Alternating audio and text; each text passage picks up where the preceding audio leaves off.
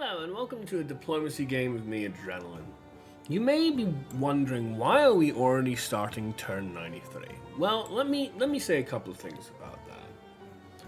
One, I don't really have the time, both with streaming and playing separate games, as well as making content, because each of these videos take like 12, 15 hours minimum. I will have to actually time that at some point, but I am sure of it because it takes like several of my days to do one. To actually go back in time and start new diplomacy games from scratch. The other, arguably more important part of it is that before I made videos, before I dedicated my YouTube channel to Civ 6 content, I had made plenty, I had won plenty, diplomacy specifically, games that were saved, not in the fashion that I save these days, with an idea ahead of making content out of, but still games that were equally as interesting and good content, I feel, for making videos, and I don't want to lose out on that. So here we are on turn 93 with the Ottoman Empire and King Suleiman, and we have 6 cities packed in quite a relatively small area. This is partly because, of course, on the right-hand side, we have a couple of city-states in Spain, as well as the Incas, whereas on the left-hand side, we have yet another couple of city-states, Persia and Germany. One could argue one could try and settle further north, but A, we're reaching the top of the map, and we have even more city-states, as well as, the Cree. So we've met everybody already. We're trying to befriend them. We've befriended Germany and Mongolia already. We have a settler going around here. I'm not sure if we're going to find any place to settle.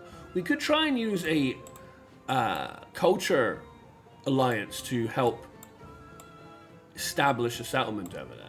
Because right now, the loyalty is way too high to really consider it, unless I'm going to settle in a place that doesn't even have fresh water. And we've also, of course, surrounded Mount Everest. I have been able to put holy sites adjacent to Mount Everest to generate some adjacency boosts. Although, of course, Mount Everest itself does have its own yield benefits around the wonder. We've already built Mahabodhi. We already have our own religion. Our religion is the usual fare, I'd say, for a diplomacy game. Work ethic to help with production for aid scored competitions and other events of that ilk, World's Fair, things like that. Pagodas to get that extra generation of diplomacy favor. Holy Order, so that, well, less relevant for a diplomacy game, but generating the apostles and making sure that we have enough to keep our religion safe is pretty useful. And tithe for the extra gold income. To have a look at King Solomon's kit. He has a whole bunch of very interesting things that are quite unique, and they start out being quite unique.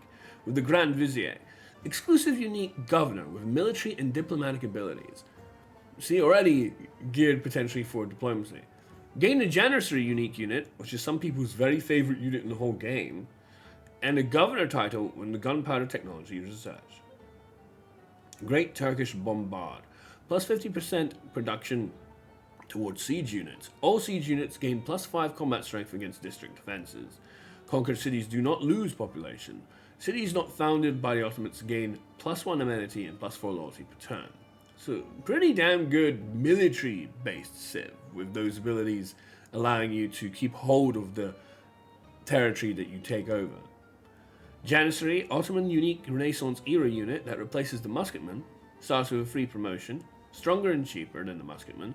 To train a Janissary, city must have a population of at least 2. If a city is founded by the Ottomans and trains a Janissary, it loses a population. It's a very strange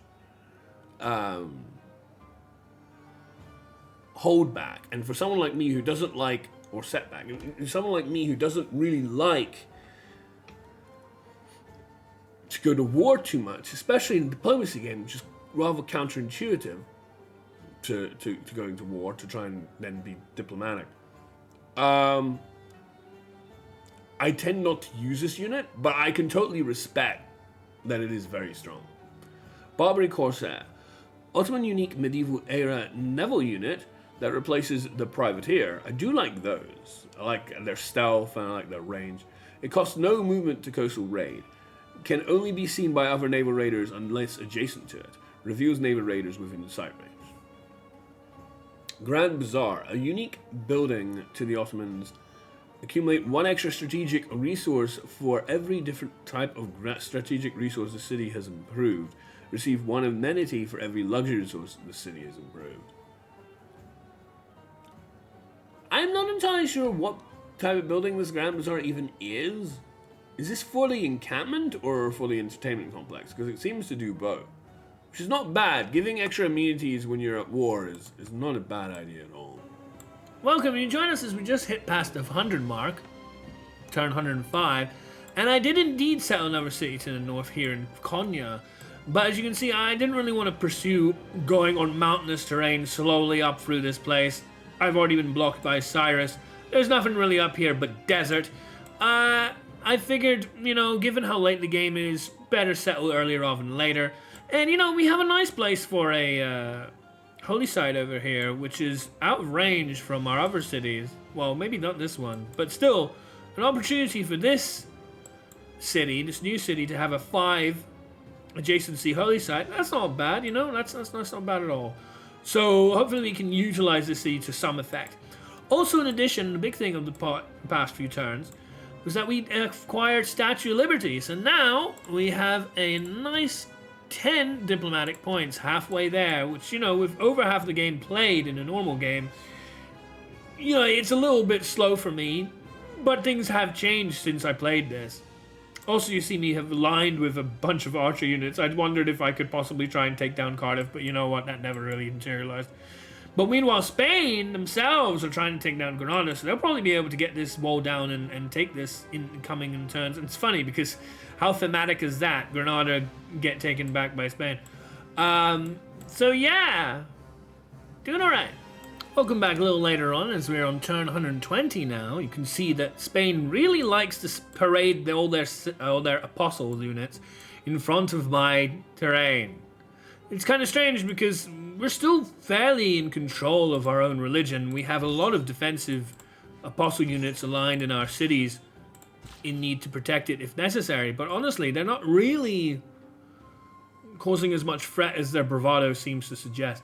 But they did indeed take control of Granada. However, it seems like maybe the loyalty pressure might swing back to me. So that's quite interesting development, how that might actually turn out in my favor. That would be nice. Well, there it is. 170 odd turns into the game, and we've finally acquired our diplomatic victory. As you can see, we did lose 2 points through diplomatic victory resolutions, because of course they fought against us, but we managed to gain 2 back from scored competitions, 6 from wonders, because we got both Statue of Liberty and Mahabodhi Temple, featured right adjacent to the Mount Everest right there. And we got a 14 total of Congress participation, giving us the 20 that we needed.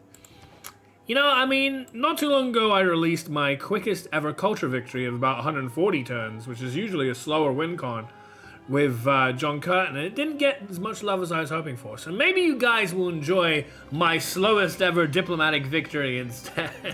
I hope you enjoyed the video. Be sure to follow the channel if you did, comment below, and I'll see you soon.